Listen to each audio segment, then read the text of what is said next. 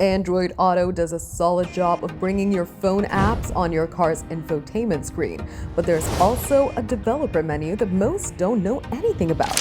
Hey GadInsiders, welcome to your Tech Hub. Android Auto's hidden developer menu unlocks quite a few powerful settings, and this hidden display settings takes less than a minute, and it's actually not that difficult to find. Just open your phone settings and search for Android Auto. Scroll all the way to the bottom of the page and tap version and permission info about 10 times in quick succession.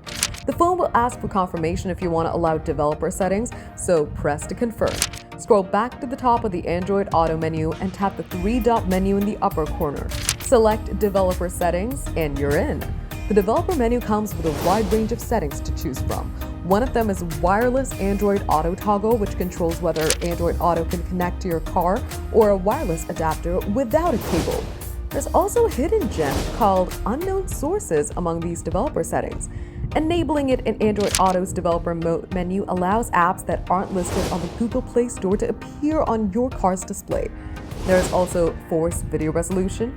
When you connect your phone to your car, it automatically sets a video resolution with your car's infotainment system, and sometimes it's too blurry.